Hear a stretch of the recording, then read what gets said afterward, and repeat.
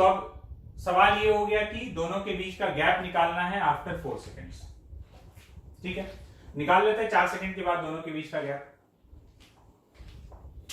ए का displacement of A ut plus half at square, तो u तो 0 है, प्लस हाफ एक्सेलरेशन हो गया 5, t स्क्वायर हो गया 16, तो ये आ जाएगा 40 मीटर्स। बी का डिस्प्लेसमेंट देखते हैं कितना है। बी का डिस्प्लेसमेंट हो जाएगा, उसका वेलोसिटी कांस्टेंट है, तो वेलोसिटी इनटू टाइम 80 मीटर्स। अब देख लेते हैं कितना गैप होना चाहिए। बी अपने जगह से 80 मीटर्स आगे है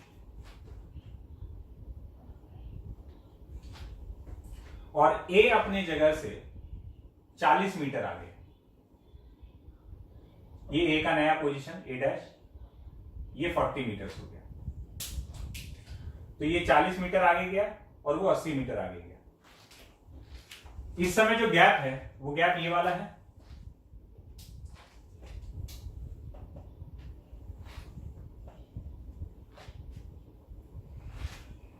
यही गैप हम लोग को बताना है। तो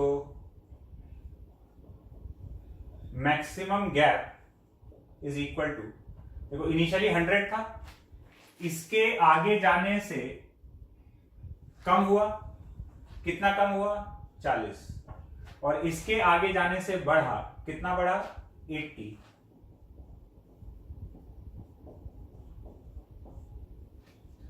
तो दोनों के बीच का जो मैक्सिमम गैप है वो 140 मीटर है। उसके बाद गैप डिक्रीज होना चालू हो जाएगा। बात क्लियर है?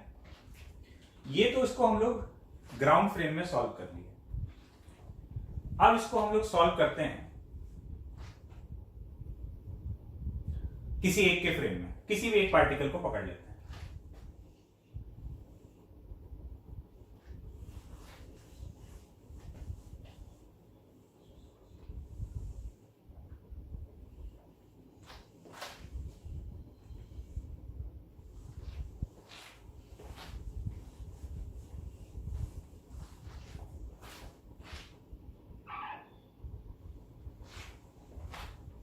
ए के फ्रेम में देखते हैं मोशन को।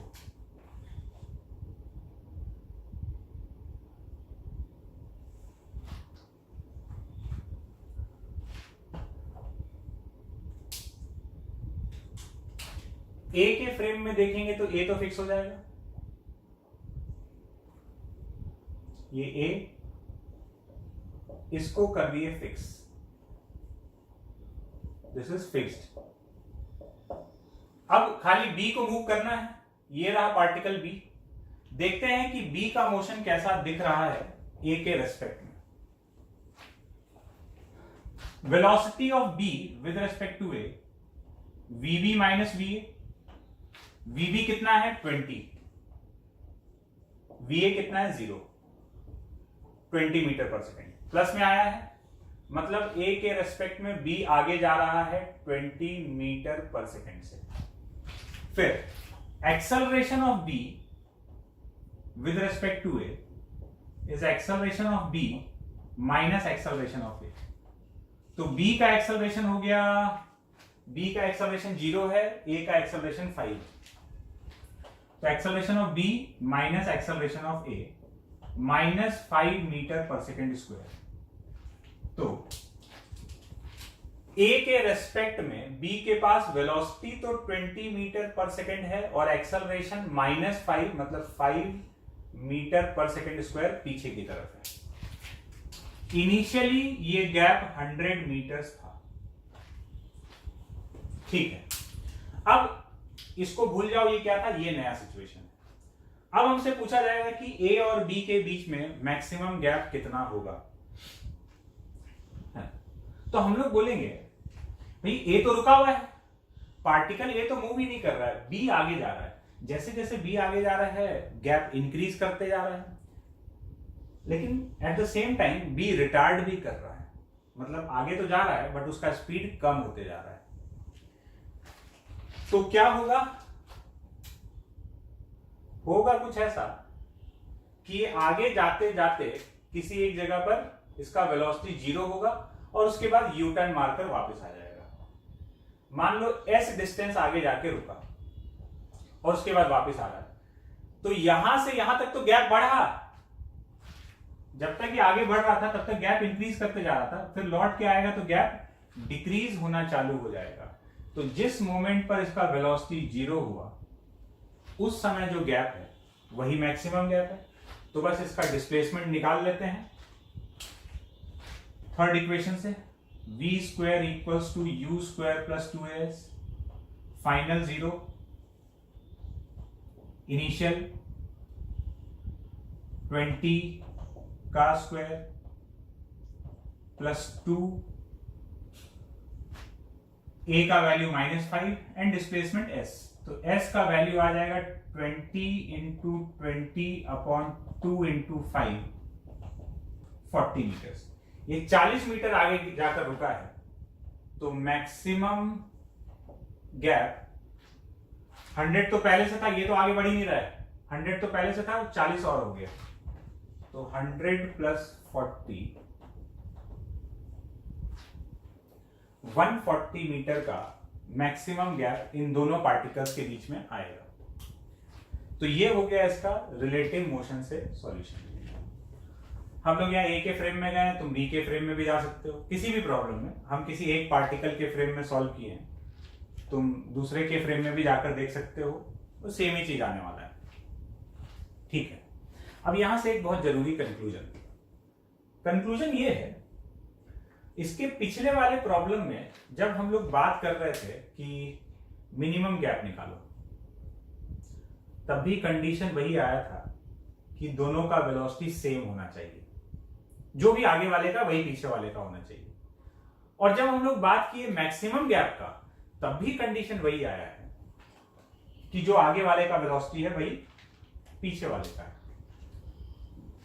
तो अब ये कंडीशन बन गया, इस कंडीशन को हम लोग याद रखेंगे। स्ट्रेट लाइन पाथ पे जब भी मोशन हो रहा है ना, स्ट्रेट लाइन पाथ पर दो पार्टिकल के बीच का मिनिमम या मैक्सिमम गैप तब आता है जब उन दोनों का रिलेटिव मोशन 0 होता है, रिलेटिव वेलोसिटी 0 होता है, या ये कह दिया जाए कि दोनों का वेलोसिटी सेम होता है। तो स्ट्रेट लाइन पाथ पर अगर दो पार्टिकल का वेलोसिटी सेम है तो उस मोमेंट पर गैप या तो मैक्सिमम होगा या फिर मिनिमम होगा। अब वो मैक्सिमम है या मिनिमम है वो सिचुएशन के हिसाब से पता लगता है। जैसे इसके पिछले वाले क्वेश्चन में वो गैप मिनिमम था, इस वाले क्वेश्चन में वो गैप मैक्सिमम है। तो वो तो क्वेश्चन देख के समझ में आ जाएगा कि वहां पर मैक्सिमम पूछा गया है कि मिनिमम पूछा गया है ना। बट कंडीशन सेम है कि जिस टाइम पर दो पार्टिकल का रिलेटिव वेलोसिटी 0 है या वेलोसिटी सेम है, एक ही बात है दोनों, दो पार्टिकल का वेलोसिटी सेम होना या रिलेटिव वेलोसिटी 0 होना एक ही बात है। तो उस टाइम पर गैप जो है वो मिनिमम या फिर मैक्सिमम होगा। तो ये बात अपने नोट करने के लिए है, ये कंडीशन हो गया। और आगे भी कई जगह आगे के चैप्टर्स में हम लोग इस बात को यूज करेंगे जहां पर भी ऐसा कोई सिचुएशन आएगा अपने सामने, और डेफिनेटली आना तो है ही।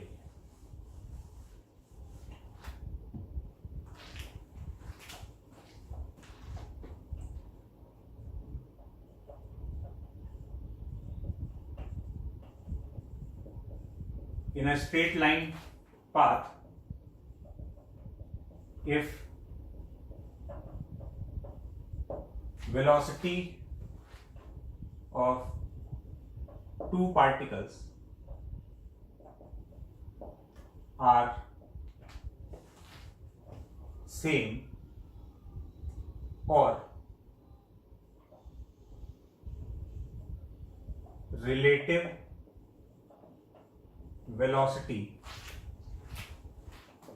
is 0, then gap between them is either minimum और maximum. In a straight line path, if velocity of two particles are same or relative velocity is zero, दोनों एक ही बात है, then gap between them is either maximum, either minimum or maximum, या तो minimum होगा या maximum होगा। क्या होगा वो सिचुएशन के हिसाब से, क्वेश्चन के हिसाब से पता लगेगा। बात क्लियर है? तो ये चीज याद रखना, ये बहुत इंपॉर्टेंट बात है। ये कंडीशन बन गया, किस चीज का कंडीशन? स्ट्रेट लाइन पाथ पर अगर दो पार्टिकल मूव कर रहा है तो उनके बीच का गैप मिनिमम या मैक्सिमम होने का कंडीशन। अब देखो, मिनिमम मैक्सिमम सुनकर कुछ याद आता है? मिनिमम मैक्सिमम सुनकर मैक्सिमा मिनिमा याद आना चाहिए। जब हम लोग मैक्सिमा मिनिमा पढ़ रहे थे तब हम लोग एक बात किए थे कि भाई ये जो कंसेप्ट है इसका यूज हम लोग जब फिजिक्स पढ़ रहे होंगे तो उस समय कर सकते हैं। जब हमसे पूछा जाएगा किसी भी चीज का मैक्सिमम या मिनिमम वैल्यू तो वहां पर इसको अप्लाई किया जा सकता है। तो क्या ये सवाल हम लोग मैक्सिमा मिनिमा से कर सकते थे? हाँ, कर सकते थे। अब हम तीसरे मेथड पे बात कर रहे हैं। पहले हम यही प्रॉब्लम तुमको ग्राउंड फ्रेम में सॉल्व करके दिखाए। लास्ट का जो दो प्रॉब्लम हम लोग किए हैं, पहले ये प्रॉब्लम हम लोग ग्राउंड फ्रेम में सॉल्व किए, पूरा एनालाइज करके कि क्या हो रहा है। उसके बाद उसी प्रॉब्लम को हम लोग किसी एक पार्टिकल के फ्रेम में जाके सॉल्व किए। अब हम लोग एकदम इसका मैथमेटिकल अप्रोच जो है, जो कि मैक्सिमा मिनिमा से आता है, उसको कर रहे हैं। देखते हैं कैसे। देखो, जैसे ये वाला सिचुएशन था कि ये पार्टिकल ए है, इसके पास वेलोसिटी 20 मीटर पर सेकेंड। ये हो गया पार्टिकल बी, इसके पास एक्सेलरेशन 5 मीटर पर सेकेंड स्क्वायर, और दोनों के बीच का जो गैप है वो है 100 मीटर। इसको हम लोग को सॉल्व करना है मैक्सिमा मिनिमा से। सॉल्व करते हैं इसको। इसमें हम लोग को मिनिमम गैप निकालना है। वही वाला क्वेश्चन है, फाइंड मिनिमम गैप। अब हम इसको मैक्सिमम मिनिमम वाले तरीके से सॉल्व करेंगे, ठीक है? तो सबसे पहले तो ये चीज है कि जिस चीज का मिनिमम या मैक्सिमम वैल्यू निकालना है, यहां पर गैप का मिनिमम वैल्यू निकालना है, तो सबसे पहले हमको उसका एक फंक्शन तैयार करना पड़ेगा। फिर उस फंक्शन को हम मिनिमाइज या मैक्सिमाइज करेंगे। तो जो भी चीज मिनिमम या मैक्सिमम चाहिए, पहले उसका एक एक्सप्रेशन तैयार करना।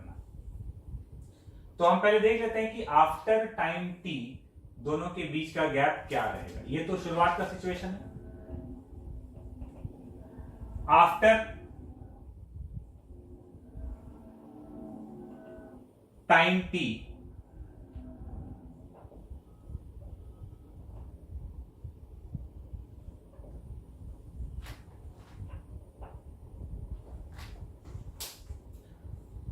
टी टाइम के बाद ये अपने जगह से सपोज कुछ S1 आगे जा चुका है और ये अपने जगह से कुछ S2 आगे जा चुका है। ये B डैश और ये A का नया पोजीशन A डैश। तो अब जो दोनों के बीच का गैप होगा वो ये वाला होगा। आफ्टर टाइम टी ये यहां पहुंच गया, वो वहां पहुंच गया। तो ये जो गैप है S, इसको हम S से डिनोट कर रहे हैं। ये कितना हो जाएगा? S is equals to 100 S, ये S1 आगे गया तो इतना गैप कम हो गया, 100 माइनस S1, और इसके S2 आगे जाने की वजह से गैप बढ़ गया, प्लस S2। अब भाई S1 कितना है, तो ये t टाइम में कितना चलेगा? Velocity into time.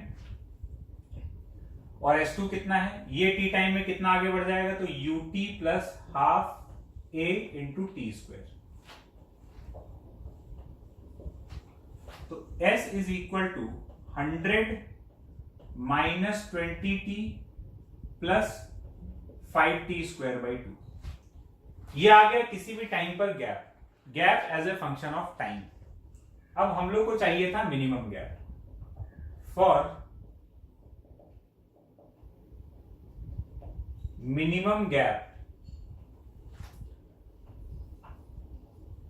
एस का मिनिमम वैल्यू चाहिए तो ds बाई डी टी निकालकर 0 कर देते हैं।